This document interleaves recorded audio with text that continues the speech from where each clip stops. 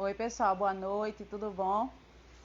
Gente, vocês já sabem o que está acontecendo. Eu fui convidada para uma live e a minha câmera ela não funciona quando eu sou convidada. Eu não sei o que acontece. Ela não consegue inverter e aí isso me dá problema. Então vamos entrar, vai ser uma live interessante sobre racismo. A gente vai conversar com o pessoal da Igreja Batista Missionária em Camaragibe. Então, eu estou só esperando o rapaz entrar para a gente começar a conversa, que eu acho que vai ser bem interessante.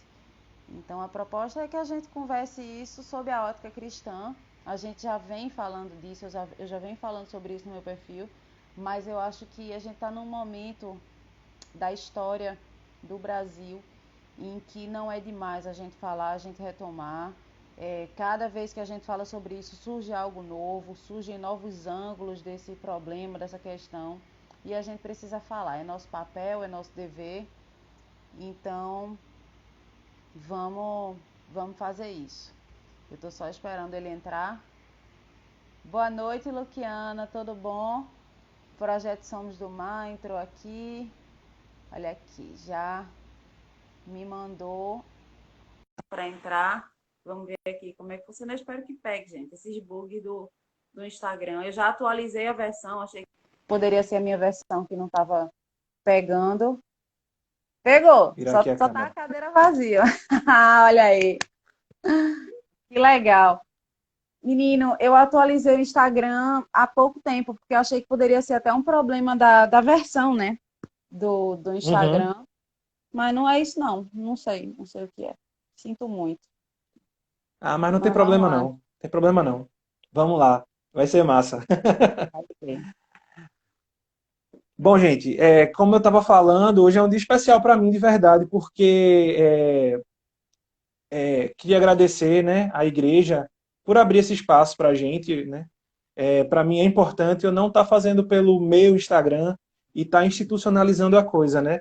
A gente está falando pelo Instagram da igreja, então eu queria agradecer aos pastores, ao pastor Belarmino, ao pastor Climério, que nos permitiu aqui entrar, né, no Instagram da igreja para a gente conversar um pouquinho sobre esse assunto assim, que é tão importante, mas parece que é um tabu, né?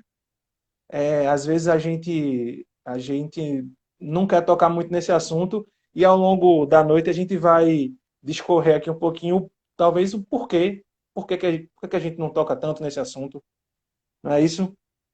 Isso. Então, assim, é, eu, eu já vinha assim, me sentindo incomodado há um tempo a falar sobre, sobre o racismo, esse assunto, desse problema social tão grande, e mesmo antes de estourar esse grande movimento mundial, né, que tem acontecido depois da morte do americano George Floyd, né, num caso ali explícito de racismo, o cara estava rendido e tal, e, e aí começou esse movimento mundial chamado Black Lives Matter, né?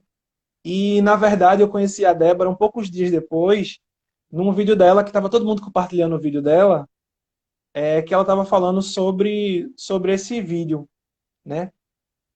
E eu queria, Débora, para a gente começar, que você falasse mais ou menos o que você falou naquele dia, né? Do vídeo que você fez, porque aí eu acho que a gente vai começar um pouco pelo final, para depois eu contextualizar mais os assuntos da noite, tá certo? Mas se você pudesse falar, basicamente, porque começou, né? Porque houve essa ação desse movimento e teve uma reação, né? Isso? Uhum. Que foi justamente o que gerou a minha indignação, né? Que fez com que eu fizesse aquele Claro. vídeo. Então, eu já tinha feito outros vídeos, eu comecei a fazer uma série de vídeos sobre a minha vida no Senegal, para quem, né, está entrando pela rede da igreja, que ainda não me conhece, eu vivo no Senegal, eu e meu marido, a gente é missionário aqui, a gente desenvolve um projeto na área de educação, nós somos membros da igreja metodista, então nós já estamos aqui desde 2014, faz 6 anos, e desde que eu cheguei aqui, eu sempre fui envolvida, eu sempre me interessei sobre assuntos sobre racismo, sobre outros problemas de cunho social, sobre opressão à mulher, né? Eu sempre fui preocupada com isso, eu sempre pensei na relevância da igreja sobre isso.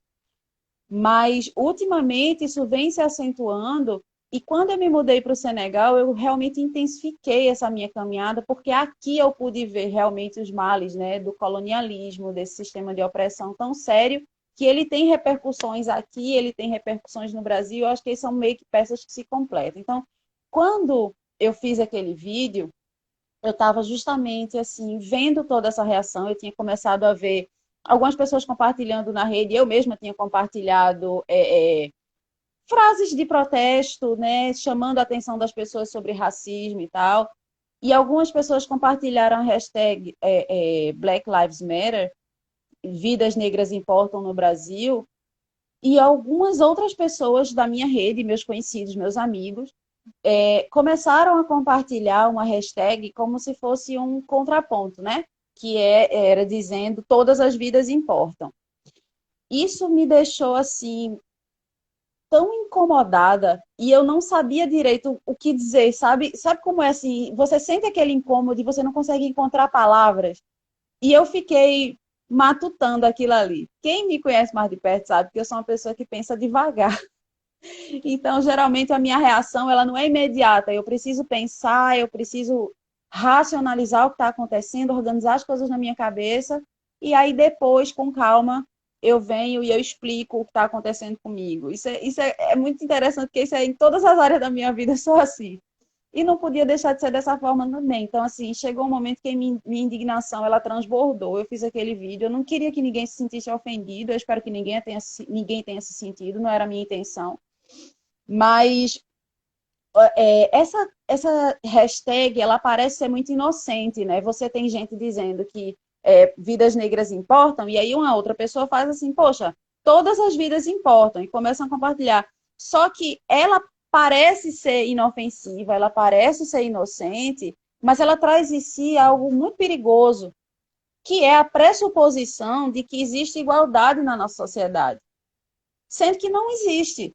Então, quando eu digo que vidas negras importam, na verdade, eu tô dizendo que existem pessoas que, por N motivos, vivem em situação de vulnerabilidade. Elas são menos instruídas, elas são mais maltratadas pelo sistema da nossa sociedade de uma forma geral, ela tem acesso a menos oportunidade. A gente precisa ir lá atrás e estudar um pouco da história do nosso país, na verdade, a história do Isso, na, mundo, para na entender como é que isso verdade, funciona.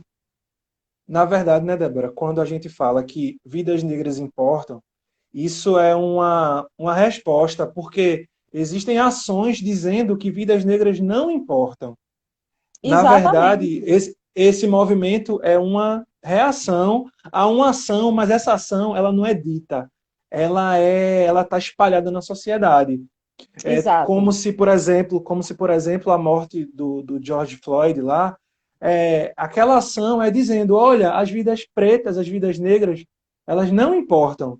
E aí que em resposta a isso, criou-se esse movimento, na verdade. Exato. E no vídeo que eu fiz, que você falou que você me conheceu através dele, a minha indignação transbordou e eu falei assim, na verdade, as vidas negras, elas não importam, elas nunca importaram, porque se elas importassem, nós viveríamos numa sociedade igual, né? Então, quando eu digo que vidas negras importam, eu estou clamando para que as pessoas se deem conta disso, para que a nossa sociedade, de uma forma geral, se dê conta disso. E quando alguém me diz que todas as vidas importam, eu digo assim, vamos trabalhar junto para que isso seja verdade, porque no momento não é. Então, eu estou sendo Uhum, muito leviana quando eu tento jogar isso como um contraponto a uma luta que é legítima. E aí eu, uhum, eu preciso dizer, eu já disse isso várias vezes e eu vou dizer de novo, que eu não estou tirando isso da minha cabeça. Quando eu digo que o negro, na nossa sociedade, ele sofre opressão, existe todo um sistema, existe toda uma conjuntura que faz com que as pessoas negras elas sejam vítimas de políticas genocidas, de políticas assassinas. Existe toda uma construção social que levou a gente a essa situação na sociedade. eu queria que a Não gente é entrasse. vitimismo, somos vítimas, é diferente. Exatamente, e foi muito bom você levantar isso, porque como gancho, né? E depois eu vou voltar naquele vídeo que você fez. Vou voltar Uhum. nessa história. Mas pegando como um gancho, né? Eu assim, eu sou formado em letras, né? Estudei para ser professor, e eu gosto muito assim de contextualizar os assuntos. Eu gosto que a gente tenha uma visão geral do assunto. Então eu queria que você pudesse, e eu também, né, comentando sobre essa construção desse racismo, essa estrutura, né, que a gente chama de racismo estrutural, que era isso que você estava começando a falar, né? Porque as pessoas muitas vezes pensam que isso veio de ontem, mas isso não veio de ontem. Isso vem de muito tempo. Então, se você pudesse, é, né, contextualizar um pouco, de onde é que vem isso? Por que há esse racismo estrutural? Que, na verdade, é um racismo um pouco diferente. Vamos falar assim, bem de Brasil, né? Porque nos Estados Unidos as coisas são Sim, mais assim a gente precisa falar do escancaradas. Brasil, é outro Isso. contexto. Isso, no Brasil as coisas são bem veladas, né? As coisas assim, é uma coisa que não parece, mas é. Então, assim, se você pudesse falar sabe, do iniciozinho, eu acompanhei sua live com o Gabriel, se você pudesse falar bem assim, passando por cima, essa questão histórica mesmo, né? O Brasil foi o último país da América a abolir a escravatura, né? Isso, E um dos últimos do mundo. isso. Então, a gente precisa voltar até antes dessa época da abolição, porque, para começar, a gente precisa entender esse processo de expansão colonial empreendido por alguns países da Europa. Como que esse projeto ele encontrou pé para ele poder se firmar e ele poder ter apoio da sociedade europeia na época? Então, os acadêmicos europeus, os pensadores, a galera assim daquela época, eles criaram uma ciência mesmo, eles justificavam do ponto de vista científico, mostrando Isso. o modelo de civilização deles como modelo ideal de sociedade. Então, é o que a gente chama de evolucionismo cultural. É como se todas as culturas elas precisassem subir numa escala evolutiva até chegar naquele que é considerado ideal. Então, era essa a mentalidade daquelas pessoas daquela época. E para isso, elas contaram com o apoio de uma grande parte da sociedade. Então, contaram com o apoio dos governantes, que tinham interesse no domínio e conquista de novos territórios, né, para explorar novas riquezas, explorar minérios e mão de obra, e etc. Eles também contaram com o auxílio da igreja na época, porque eles queriam conquistar novos fiéis e aquilo ali interessava a eles. Então, foi toda uma conjuntura que se fundiu para que esse projeto ele pudesse ser bem sucedido. Então, os europeus eles chegam na África, eles chegam nas Américas com essa mentalidade que eles estavam trazendo a civilização. Vem daí esse termo descoberta, né? Então eles diziam que estavam descobrindo alguns lugares como se esses lugares não existissem, né? Como se aquelas pessoas ali fossem subpessoas que vivessem numa espécie de limbo, esperando que essas pessoas viessem descobrir e fazer com que a razão de existir deles passasse a vigorar a partir daquele momento. Então, eles vêm, eles se juntam com alguns líderes, não foi uma maioria de pessoas locais que escravizou. Então, muita gente diz assim: ah, o africano escravizou o africano. É, Não. É lógico que em toda guerra há traidores. Quando a gente estuda as guerras em qualquer sociedade do mundo, em qualquer civilização, em qualquer momento da história, existem traidores. Então, eles contaram com alguns traidores do povo e eles colocaram povo contra povo, enfim, enfraqueceram, conseguiram conquistar, vamos falar do contexto específico da África, né, que foi o que trouxe as pessoas escravizadas para cá, para as Américas. Então, eles trazem as pessoas escravizadas daqui já completamente desarraigadas de tudo que era caro para elas. Então, são pessoas que foram separadas das famílias, foram pessoas que foram separadas das terras, e as terras elas têm um valor sagrado para as pessoas aqui do continente africano. Então, elas foram destituídas de tudo, tudo, tudo que as ligava, tudo que dava significado à vida delas, e elas se tornam semelhantes a animais. Eu estou falando isso do ponto de vista europeu, do ponto de vista de quem trouxe eles para cá.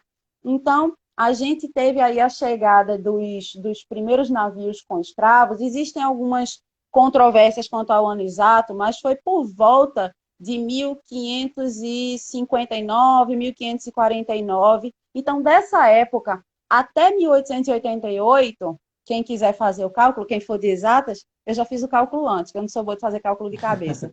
Foram aí mais ou menos uns 340 a 350 anos de escravidão, até 1888. Então, existia um sistema que fazia com que a sociedade achasse que aquilo ali era a ordem natural das coisas, que os negros eram feitos para serem escravizados, porque... E aí apareceu um monte de pseudocientista criando teorias para justificar aquele sistema em que os brancos escravizaram os negros. Um dia desse eu fiz uma live com um professor de antropologia, o nome dele é Gana Ndiaye, e ele explicou que existe escravidão desde que o mundo é mundo. A história da humanidade existe escravidão, mas que nunca tinha acontecido a escravidão baseada exclusivamente na cor de pele, e também nunca tinha havido escravidão fazendo com que a base econômica de uma sociedade, ou de sociedades, ou de civilizações inteiras, fosse estabelecida em cima do trabalho escravo, que foi o que aconteceu aqui. Então, a gente tem os negros sendo até juridicamente considerados semoventes. Então, para quem não sabe, esse termo jurídico ele é o que equivaleria, por exemplo, a gado. Quando o pessoal vai fazer a declaração de imposto de renda, você vai declarar os fazendeiros, ele põe lá, semoventes, aí é lá que ele vai dizer quantas cabeças de gado ele tem. Então, juridicamente, os escravos, os negros escravizados, eles eram considerados equivalentes a cabeças de gado. Então, as pessoas acreditavam que eles eram animais, que eles não eram inteligentes, que eles eram mais fortes fisicamente, mais resistentes à dor, que eles eram menos capazes, menos aptos para ciências, como é que fala? Para conhecimento acadêmico de uma forma geral. Sim. Enquanto o contraponto disso era o branco como sendo virtuoso, como sendo inteligente, como sendo realmente aquele modelo de civilização ideal, como aquele modelo de pessoa ideal. Então, a gente tem todo esse tempo de escravidão aí que durou o Brasil baseado nisso. E aí a gente diz assim, poxa, acabou, né? 340 anos, a galera foi liberta em 1888, tá todo mundo livre, tá tudo certo. Imagina só, foi que 13 de maio de 1988, dia 14 de maio, a sociedade abriu os braços para os africanos, né, para os ex-escravos, e falou assim, cara, agora eu entendi, você é uma pessoa. Ontem eu achava que você era bicho, mas hoje eu estou vendo que você é uma pessoa. Você é inteligente, você é capaz. Quer dizer, então, que aquela história de que você resistia mais à dor não é verdade, você sente dor igual a mim. Poxa, desculpa. Né? Vem cá, deixa eu compartilhar metade das minhas terras aqui com você. Não foi isso que aconteceu. Então, a gente continuou com essa mentalidade. É lógico. E o mais interessante é que depois que isso aconteceu, você imagina assim, poxa, vai haver, né, uma humanização gradual do negro no imaginário brasileiro, mas não foi o que aconteceu. A gente tem registros no início do século XX, na primeira metade do século XX, até mais ou menos os anos 50, o que se chama eugenia no Brasil. Quem estiver assistindo isso aqui quiser anotar, pode anotar e dar um Google. Você vai chorar de raiva, você vai chorar de vergonha, você vai chorar de tristeza. Porque o que era que acontecia? A gente tem nessa época, gente, anos 30, 40 e 50, foi ontem. Isso. Foi ontem. Exatamente. A gente tem cientistas indo em congressos internacionais provar por A mais B, criando as teorias mais estapafúrdias, que o negro, ele é uma raça que precisa ser extinta. E aí, sabe o que eles fizeram? Eles abriram as fronteiras do Brasil, eles criaram um sistema para estimular a migração de europeus, que segundo eles era, né? Vocês lembram, o ideal de civilização. Então, é nessa época que a gente tem a chegada de italianos, de alemães, com o estímulo, com, inclusive, muitas vezes, o financiamento, uma ajuda financeira do governo. Porque qual era o plano dessa galera? Gente, olha que maluquice. O que eles queriam, eles tinham um plano de extinguir a negritude do Brasil em 3 a 4 gerações. Então, eles gostariam que, digamos, quanto tempo durou uma geração, vamos dizer, sei lá, eles projetavam que em 100 anos, vamos lá, eles projetavam que em 100 anos, com um programa organizado e planejado de mestiçagem, eles pudessem apagar essa vergonha, essa mancha que era ter africanos no Brasil. Então, a gente tem outra coisa que você pode anotar aí, para pesquisar depois da aula. Eu estou brincando, não estou dando aula, eu estou compartilhando coisa que eu estudei, que eu sou aluno igual a vocês, eu estou brincando. Tia Mas, Débora e tio Ed. Coisa que você pode procurar depois. Existe um quadro chamado, uma pintura chamada A Redenção de Cam. A Redenção de Cam, C-A-M. Esse quadro é outra coisa assim, estapafúrdia e absurda, mas ela mostra realmente como era a mentalidade das pessoas na época. Então, eu vou dar um spoiler para vocês, vou falar como é que é esse quadro. Tem 3 pessoas, na verdade tem 5 pessoas no quadro. A gente tem 3 mulheres, uma senhora de idade negra realmente assim, bem preta, uma negra retinta. A gente tem uma moça novinha, você vê claramente que é filha dela, mas ela tem a pele mais clara, ela tem a pele meio parecida com a minha. E essa mulher, ela está segurando um bebê branco. Eu me enganei, não são 5 pessoas no quadro, não, são 4. Ela está segurando um bebê branco. Do lado delas, em pé, tem um homem branco, da idade da moça, né, que é a intermediária aí entre as gerações, e essa senhora negra retinta, sabe qual é a posição dela? Ela está assim, ó, levantando as mãos para o céu, num gesto de agradecimento. Esse quadro, ele faz um resumo perfeito da mentalidade do Brasil com relação à negritude. Então, a gente tem essa ideia que foi incutida na mente do brasileiro de que ser negro é ruim, é uma maldição, porque a gente se redime de maldição, né? A gente não se redime de coisa boa. Então, a negritude da mulher, da ex-escrava, provavelmente, foi apagada justamente com esse plano de casamento com branco, e aí ela salvou as gerações futuras, porque ela conseguiu ter um neto branco. É lógico que isso vai ter repercussão na nossa sociedade. Isso foi ontem, né? Isso foi ontem. Seria muita ingenuidade a gente achar que isso não teria repercussão na sociedade de hoje. Então, é assim que as pessoas pensam. Eu tenho um artigo que eu li, a primeira vez que eu li, eu não estou brincando, não. Eu tive vontade de chorar, eu me senti literalmente mal. Eu passei mal, eu tive ânsia de vômito, porque é um artigo muito interessante. Quem estiver assistindo depois pode me mandar um direct e eu posso mandar todo o material que eu tenho, porque são coisas difíceis de ler, de processar, mas que a gente precisa saber a verdade, né? A verdade liberta. De onde vem? Então, de onde vem tudo isso que a gente sofre?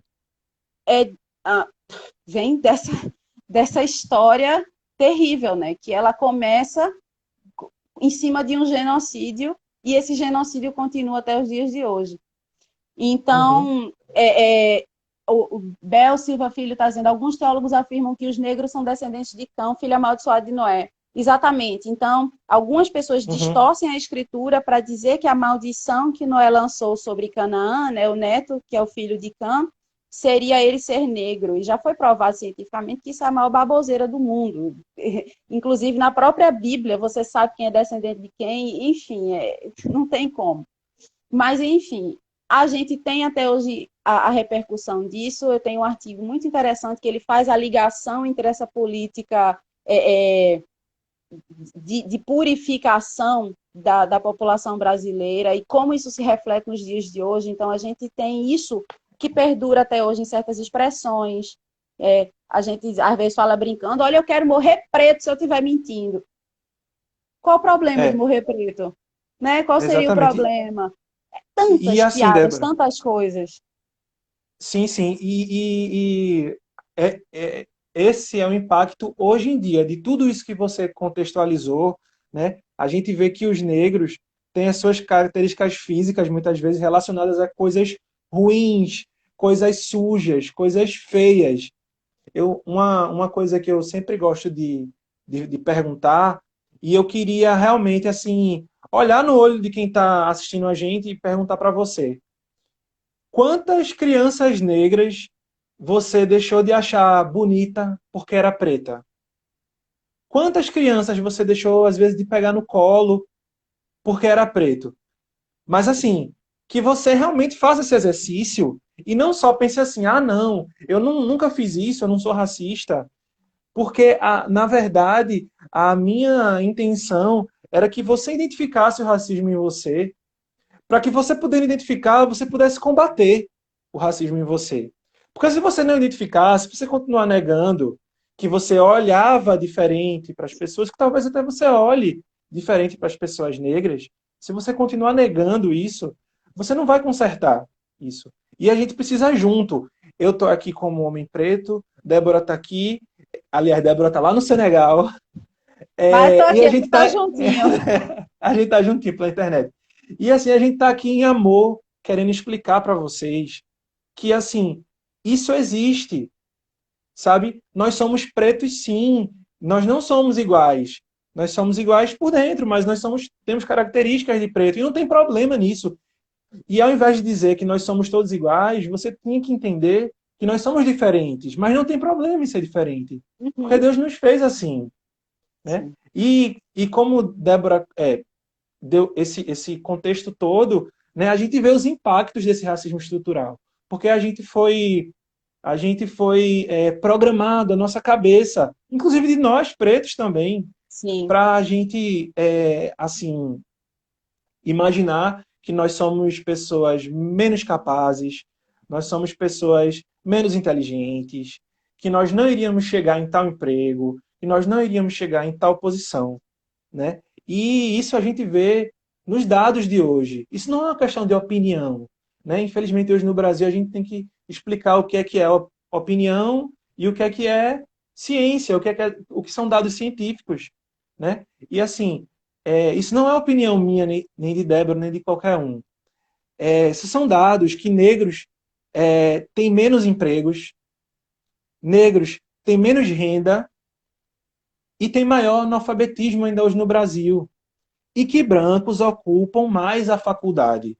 Então, se brancos ocupam mais o ensino superior, são eles que vão chegar lá e vão conseguir perpetuar isso na vida dos seus familiares. Coisa que o negro que não consegue, não vai conseguir, muitas vezes, dar uma educação melhor para o seu filho. Os negros que conseguiram até hoje, aí, sim, tem gente que pega esses exemplos, né, dos negros que chegaram na universidade e diz assim, ah, mas ele chegou. Se ele chegou, foi porque ele se esforçou. Então todos podem se esforçar. E eu me lembro do técnico do Bahia, Roger, que é um dos únicos técnicos negros do Gente, futebol brasileiro. Roger, ele é incrível. Ele é incrível. Impressionante, né? Ele falou o seguinte, muita gente diz que não há racismo porque eu, Roger, estou aqui. Eu digo que há racismo exatamente porque eu estou aqui. E só eu estou aqui, praticamente. Já vi esse Então, vídeo se dele, ele você. é fantástico. É maravilhoso, é maravilhoso. É fora da curva ele, porque, infelizmente, para o futebol, as pessoas são bem alienadas. Mas, É, assim, ele diz exatamente isso, né? Que existe racismo. Não é porque ele está ali que não existe, é justamente por só ele estar ali. Então, quando você chegar, sabe, numa praça de alimentação de um shopping chique, ou num lugar que tem um bairro de gente que tem muito dinheiro, e você olhar ao redor e tiver uma pessoa branca, ou nenhuma, ou duas, você não pode olhar para aquela pessoa preta, na verdade, e dizer que não há racismo porque ela está ali. Há racismo porque só ela está ali. E não é acho isso porque seria, normal, isso não é normal. seria natural, deixa só eu Pode falar que falar. tem um casal de amigos meus, Edson, Davi e Andressa, estão fazendo a maior bagunça aqui. Amo vocês, gente. O que é que acontece? Veja só, a gente tem, segundo uma pesquisa, 50, eu não vou lembrar agora se são 53% ou 56% da população composta por negros e pardos. Talvez você me ajude aí, está mais fresco na sua memória. Mas ou é 53 ou é 56. 56. Pronto, vá lá. Então, o que é que acontece? Se a gente tem essa parcela da população, né, esse percentual de negros e pardos, seria, pela lógica, para a gente chegar Uhum. num presídio e a gente encontrar 56% da população Isso. carcerária de negros e pardos. Seguindo a mesma lógica, a gente também deveria ter 56% entre as pessoas de classe, vamos dizer, A e B, né, a elite econômica do nosso país, composta por negros e pardos. Não é verdade? 56% dos professores universitários deveriam ser negros e pardos, e etc. Mas então, por que que não é assim?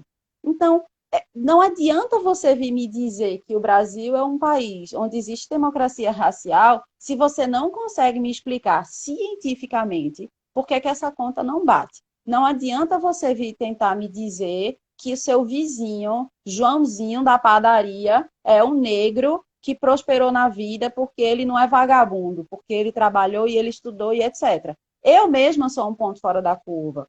Eu nasci numa família, minha família não é rica, mas eu nasci numa família que já pôde me dar um conforto material. Eu estudei em escola boa, a gente nunca se preocupou com dinheiro, a gente sempre comeu bem. Então, assim, eu sempre tive conforto, mas eu não posso medir, usar o meu caso, usar a minha história como medida. A gente tem que trabalhar Uhum. com estatística, né? A gente não pode Exatamente. trabalhar com ponto fora da curva, aí fica difícil. Exatamente. E aí, para fechar, Débora, para a gente fechar essa parte de racismo estrutural, para Sim. deixar bem amarrado para as pessoas entenderem como o racismo estrutural ele age ainda na vida da gente, infelizmente. Esse final de semana passou aqui no Brasil o Caldeirão do Huck, né? E o Luciano Huck, isso tá nas redes sociais. Luciano Huck, num dos seus quadros lá, ele ele estava com uma mulher negra e lá para as tantas a mulher fala que tem quatro filhos. E aí eu falo, inocentemente, de verdade, ele não quis, ele não foi agressivo, ele não difamou ela nada.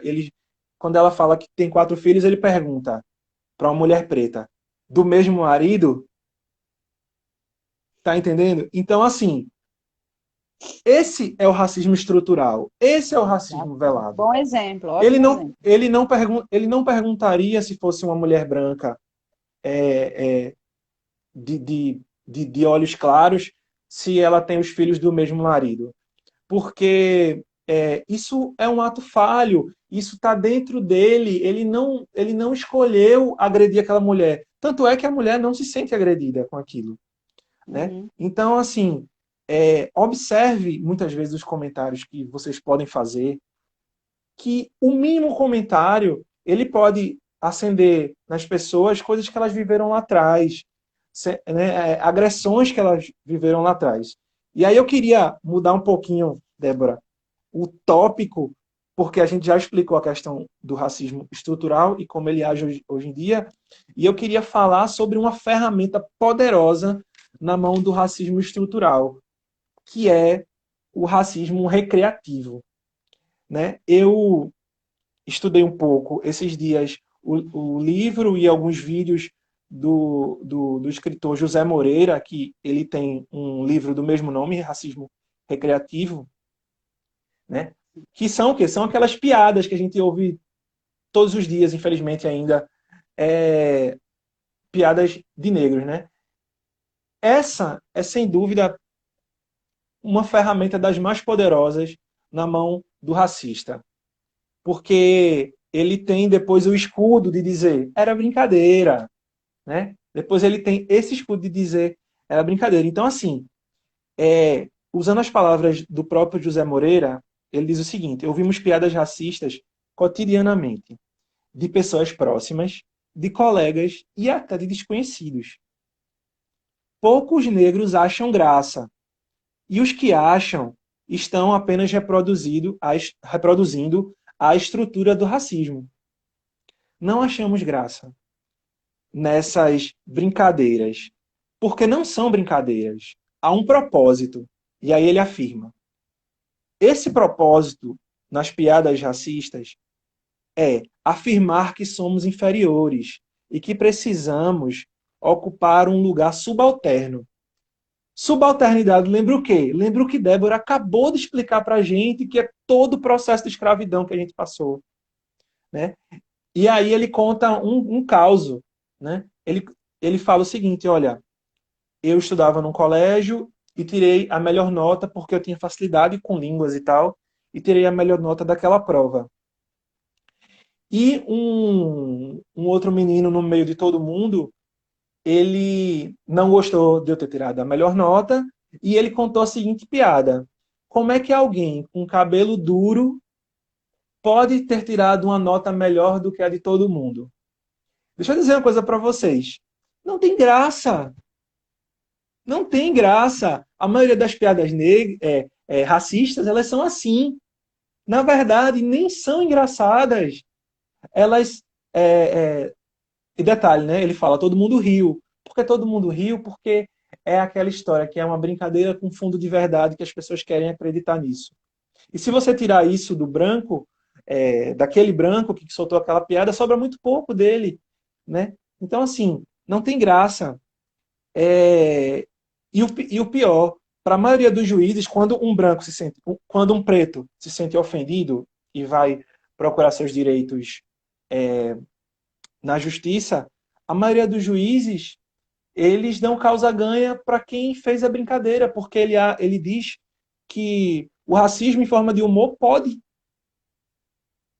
sabe? Então, assim, eu queria dizer É para muito você... difícil tipificar Pode o falar. crime de racismo. Na pior das hipóteses, quando a coisa é muito escancarada, acaba configurando injúria racial. Mas o racismo propriamente dito é muito difícil de tipificar, porque a pessoa teria que ser literalmente expulsa de um lugar, e quem fez isso teria que admitir que era porque era negra, ou impedir o acesso. Tem uma lista de atos, né, que configuram racismo, mas teria que ser algo muito escancarado. E como você falou no início, isso não é o caso aqui no Brasil, porque no Brasil nós fomos convencidos de que aqui é uma democracia racial. Então, é muito difícil tipificar o crime de racismo.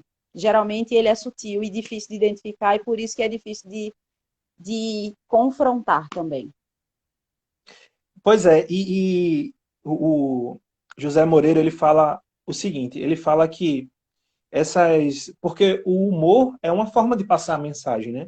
Então, assim, qual é a mensagem que você quer passar quando você conta uma piada racista? Ele diz o seguinte, que passa a mensagem de quem merece respeito e de quem não merece respeito. Observe, eu tenho certeza que todo mundo que está aqui já fez algum tipo de brincadeira, já contou algum tipo de piada para sua mãe e a mãe não gostou. Talvez porque a gente era criança e não sabia o que aquilo estava significando. E quando a sua mãe brigou com você, quando a sua mãe pediu para você parar, você parou. Sabe por quê?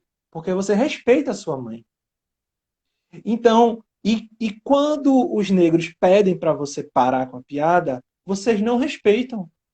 Porque vocês acham que o negro não é digno de respeito. Uhum. Né? E essas piadas, elas são assim... ela tem por trás dela um narcisismo muito grande do branco. Uhum. Porque muitas vezes ele fala uma piada racista com o preto para crescer em cima daquela situação. Muitas vezes ele acha que tem que diminuir o preto para que ele possa se exaltar. Então há um quê de narcisismo aí em cima dessa questão do humor. Então, assim, de uma vez por todas, e eu não sei você, Débora, mas assim, eu confesso que para mim ainda é difícil corrigir todo mundo. Porque Eu vou te muitas vezes são pessoas explicar, próximas da gente que a gente tem um amor tão grande, eu sabe? vou E assim, hoje em compartilhar contigo dia uma eu. coisa que está funcionando com a gente. Desculpa, Aham. você ia terminar de falar e eu interrompi.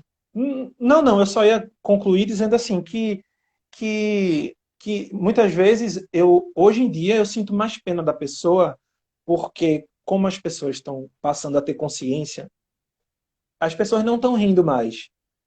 Então fica sem graça. Fica aquela Uhum. situação sem graça. E eu não queria que aquela pessoa que eu amo tanto passasse mais por aquilo, apesar dela estar fazendo uma coisa ruim para mim. Mas pode Sim. falar. Então, aqui em casa, não sei se você conhece meu marido, Carlinhos, Conheço. ele é mestiço, né? Mas no Brasil ele normalmente é lido como branco. Ele é considerado Uhum, branco. Ele tem a pele mais clara, quando ele queima no sol ele fica cor-de-rosa. E eu sou lida como negra. Então é interessante porque ele consegue reconhecer os privilégios que ele teve por ser branco, apesar de ele ter sido um branco pobre. Ele vem de uma família uhum. bem humilde, inclusive bem mais humilde que a minha. E a gente conversando, né, sobre essa questão assim de como a gente poderia. A gente conhece muita gente, a gente tem amigos queridos que às vezes eles não estão ainda muito conscientes, eles ainda estão num lugar de ignorância sobre as questões raciais, e a gente sabe que não é por maldade, que não é por má intenção, mas a gente precisa estar comprometido com a verdade. Isso é bíblico. E a gente não pode ser conivente com isso porque é pecado, né? Então, como É fazer verdade. para não machucar, para não colocar a pessoa num lugar assim de acusação? Um dia desse eu estava conversando com a galera de uma igreja e eu falei assim, o meu objetivo não é acusar ninguém, porque o meu Salvador, ele abriu mão desse papel quando ele se entregou por mim na cruz. Eu não posso fazer esse papel, mas eu preciso ao mesmo tempo confrontar, né? Como é que a gente vai fazer? Então, uma coisa que a gente resolveu fazer aqui em casa, eu e ele, é quando alguém faz um comentário de mau gosto, ou uma piada, ou uma coisa desse tipo, a gente diz assim, eu não entendi, tu pode me explicar? Então, é uma forma de fazer com que a pessoa reflita, eu não estou sendo desagradável, eu não estou sendo chata, eu só estou pedindo para que aquela pessoa me explique o que aquilo ali significa, né? Então, eu acho que isso é didático, é aquele método socrático, que Sócrates ele usava esse método, diz a tradição, que ele fazia com que as pessoas, ele fazia perguntas e fazendo perguntas ele fazia com que a verdade saísse das pessoas, que as pessoas fizessem as próprias reflexões e chegassem às próprias conclusões. Então, quando você vira para alguém, você fala assim, tá, me explica o que é que isso quer dizer? Tu poderia me explicar? Não entendi. Você faz com que essa pessoa reflita e, naturalmente, se for uma pessoa do bem, que tem caráter, essa pessoa vai se dar conta de que o que ela falou não é legal e provavelmente ela vai refletir na próxima vez que ela pensar em falar uma besteira desse tipo. O que a Uma gente outra, escuta muito, Débora, o que a gente pode escuta falar. muito eu penso falando, as coisas estão muito chatas. Ninguém pode nem brincar com ninguém. Poxa, a Aí eu gente não pode mais nem coisa oprimir, que chata. droga, Exatamente, era isso que eu ia falar. Poxa, eu nem posso mais ser racista. Era que tão mundo bom sem há 10 anos graça, atrás. né? Que mundo sem graça. Tá muito chato esse mundo. Desculpa, E eu te interrompi. Pode continuar. não, não tem Eu vou, problema. eu vou só E pegar um isso, relógio aqui. Pode continuar que a gente tá te ouvindo. tranquilo. E a mesma coisa eu faço quando alguém me confunde. Então, por exemplo, aconteceu já comigo no Brasil de eu ir com amigos brancos para um restaurante, eu era a única negra, e acharem que eu era babá, né? Principalmente quando a gente estava com os filhos, que a galera era branquinha, né? E aí eu, a negra, estava no meio do grupo, então às vezes todo mundo cumprimentava o grupo, mas não me cumprimentavam. Já aconteceu de eu receber cliente na época que eu trabalhava num banco e o cliente viu meu nome no crachá e falou assim, quero falar com eu quero falar com Débora. Eu, sim, sou eu. Não, a gerente da minha conta. Eles preferiram acreditar que tinha duas Déboras, que não é um nome comum, pelo menos não que eu saiba, do que achar que eu era gerente da conta deles. Então, uma coisa que eu fazia muito era perguntasse, bom, eu digo fazia, eu estou usando o passado, porque não faz mais parte do meu cotidiano, porque eu vivo no Senegal e hoje em dia Tá em casa. minha vida é cercada de preto. Eu vou no hospital, quem me atende é um médico preto. Eu vou andar na rua, vejo um mendigo, ele é preto. Se eu fizer alguma besteira, tiver que ser julgada, o juiz é negro também, é preto. Então, assim, a parte baixa da sociedade, a parte alta da sociedade é todo mundo preto. Então, mas quando me confundiam, eu perguntava à pessoa, eu fazia assim, mas por que que você acha que eu sou, por que que você acha que eu sou a babá? Ou então, por que que você achava que eu não era sua gerente? É uma forma de fazer com que a pessoa reflita, né? Que ela se sinta convidada a refletir, sem gerar conflito, porque eu não estou arrumando confusão, eu estou sendo, né, educada, simpática, vou olhar, não vou dar barraco. Mas eu vou perguntar, eu tenho o direito de perguntar, eu tenho o direito de saber, já que ela tem o direito de me tratar como ela acha que eu devo ser tratada, eu também tenho o direito de perguntar por que que ela acha que eu tenho que ser tratada daquela forma, quem ela acha que eu sou. Lembrando que não existe nenhum problema ser babá, empregada, Isso. exercer funções subalternas, mas a gente precisa lembrar que, como a gente falou lá atrás, isso vem do imaginário brasileiro, isso faz parte da estrutura da nossa sociedade, que relega os negros a papéis que não exigem muito mentalmente, academicamente. Então, são papéis que são de servir. Então, no imaginário brasileiro, o negro ele precisa estar em função de servir. E o negro que sabe o seu lugar é um negro que vai se contentar em estar nesse tipo de posição. Isso não é uma coisa, isso não é uma reflexão consciente. Outra coisa que eu preciso dizer aqui, gente. Essa não é uma coisa assim, a pessoa vai acordar na rua e faz assim, eu vou ser racista, eu acho que negro, ele Isso, tem que perfeito. servir, e etc. Não, isso está no nosso inconsciente, está no nosso imaginário. Eu preciso te confessar, eu, eu, eu posso falar, posso Pode? continuar falando? Eu tô meio empolgada Pode. falando. Um dia desse eu vou falar uma coisa que é muito pesada, muito pesada. Uhum. Veja bem, Fica à vontade. você já disse que nós negros também somos postos nesse lugar de racismo, que a gente entende, que a gente mesmo sem entender, a gente sente que esse lugar de subalternidade, de inferioridade, comparado ao branco, ele é o natural. E eu posso dar um exemplo muito claro disso. Um dia desse eu vi um homem passando na rua aqui, ele era bem negro, com os traços bem negroides, né, como se diz, então o nariz, a boca grossa, que é o que caracteriza realmente o negro. E ele estava andando, não sei se ele estava pensando em alguma coisa, não sei qual era dele, ele estava fazendo um bico assim, ó. Era engraçado. E na hora que eu olhei ele estava dirigindo um carro. Ele não passou andando, ele passou dirigindo. E na hora que ele passou, o pensamento inconsciente que cruzou a minha mente foi assim: ué, como ele pode ser tão burro e estar dirigindo um carro? Aí eu pensei assim, mas de onde eu tirei que ele é burro? Mas veja só, que isso vem de uma construção do meu pensamento, isso Isso. vem de uma reflexão, isso vem de estudo. Eu comecei a conversar, eu comecei a perguntar, eu comecei a tentar entender quais são os mecanismos inconscientes da minha mente que são racistas. E eu fiquei Débora, que pensando, bom. Desculpa, deixa eu te interromper, você continua.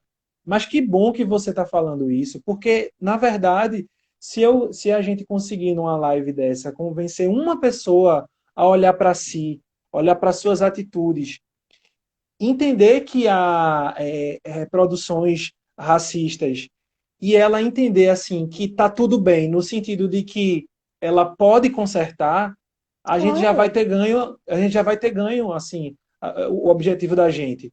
Porque a gente está aqui tentando explicar que a gente foi programado para pensar desse jeito. E é a contra palavra é isso que essa, a a gente foi gente programado. e é Perfeito. contra isso que a gente tem que lutar todos os dias. É bem rapidinho para você voltar para sua história. Uma vez um amigo meu estava dizendo exatamente a mesma coisa, dizendo o seguinte: olha, a gente tem que deixar de ser hipócrita. Quando vê na rua um cara de 11 horas da noite e você vê um cara negro, quem não vai ficar com medo? Aí eu pensei, ele está falando besteira. eu pensei, esse meu amigo, ele tá falando besteira. E ele consertou. Ele fez, é contra isso que a gente, é contra esse pensamento que a gente tem que lutar, Exato. sabe? E foi perfeito, sabe? E tudo bem ele ter admitido esse pensamento racista que na verdade acontece na maioria da cabeça das pessoas, mas é contra isso que a gente tem que lutar e se policiar. E aí há uns mecanismozinhos que a gente pode usar. Mas assim, desculpa, conclua o seu raciocínio Não, lá. tranquilo. Eu preciso falar porque eu parei numa parte muito vergonhosa, né? Eu estou admitindo uma coisa horrível. Sim, sim. E eu vou te falar que eu nunca tinha compartilhado isso com ninguém, a não ser com meu marido. Uhum. E porque eu fiquei com vergonha de ter pensado isso. Muita vergonha. Sim. E eu falei assim, por que que eu pensei isso? De onde eu tirei que aquele homem era burro? Aí eu fui buscar na minha mente onde tinha sido ver o trabalho, né? Você sai procurando uma agulha no palheiro. Por quê? Aí eu tentei me lembrar como ele estava, qual era a expressão facial dele. E aí eu lembrei que ele estava fazendo esse bico, né? Assim. E Uhum. aí eu me lembrei que tinha um programa de televisão que eu assistia quando era pequena. Eu não lembro o programa, gente. Aí também me pedi demais. Também não perguntem minha idade, não, porque senão o negócio vai ficar complicado. Tinha um programa na televisão que mostrava um negro assim de uma forma muito caricatural. E ele era justamente o estereótipo do negro como a gente foi programado para vê-lo. Então ele era burro, né, ignorante, ele era um meio termo entre o ser humano e o animal. É uma expressão muito forte que eu estou usando, mas era exatamente assim que ele era mostrado. E era um Uhum. programa justamente de humor, mas o humor comunica, é que nem você acabou de dizer, o Tem uma humor ele quer dizer mensagem. alguma coisa, nada é por acaso. Uhum. Então, eu me lembro desse programa e esse negro, quando ele precisava pensar, quando ele precisava falar alguma coisa, Tião Macalé. Ó, o Tinha pastor uma Davi calé. lembrou. Tião Macalé, Tinha gente, é uma isso calé. mesmo. Ó, tu é mais velho do que eu, viu? Isso não. Não, o pastor Davi. E era isso, ele era um meio termo, ele não era humano.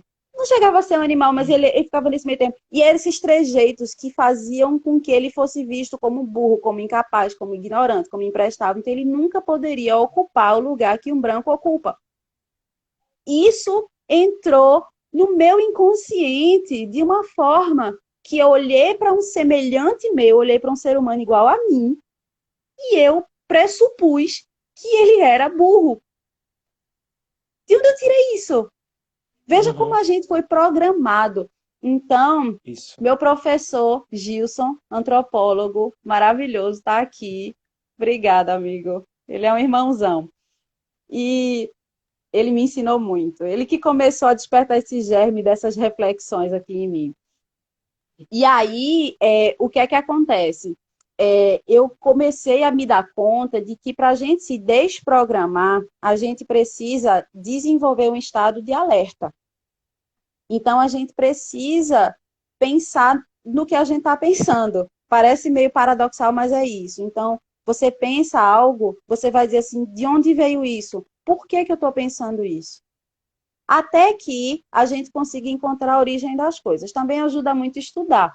Eu tenho algumas pesquisas, eu vou ter prazer em dividir, já falei, eu tenho uma pasta com alguns artigos bem interessantes. Eu tenho um artigo falando sobre mulheres negras receberem menos cuidados na hora do parto do que as mulheres brancas, que vêm desse racismo estrutural, porque as mulheres Isso. pretas, elas são animalizadas, então bicho não precisa de cuidado, né? Bicho pare sozinho. E aí as mulheres brancas são mais delicadas, são mais humanas, precisam de mais cuidado. Então existe uma categorização aí até com relação à dor que a mulher sente na hora de parir. Então, Uhum. enfim, é tanta coisa que se a gente for juntar tudo aqui, não vai dar tempo. Mas são coisas que a gente É, precisa pensar e refletir e se transformar pela renovação da mente. Isso é bíblico. Se é. transformar pela renovação da mente, metanoia. A gente não se conforma a esse mundo, Metanoia. a gente não se conforma com a forma como a gente foi programado, porque o sistema desse mundo é maligno, e a gente põe a nossa mente nas coisas de Deus, e assim a gente vai transformando a nossa mente para que a gente possa realmente fazer com que seja verdade aquele ideal de Deus, né? Não há judeu, nem grego, nem escravo, nem livre, nem homem, nem mulher. Aquilo ali não é verdade ainda. Paulo diz que aquilo ali é em Deus, é o ideal, é o que Deus projetou para a humanidade. Mas isso ainda não é realidade e depende de nós para que se torne.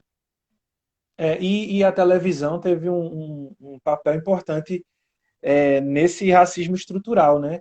Mostrando para a Mas, gente que o branco que era bonito.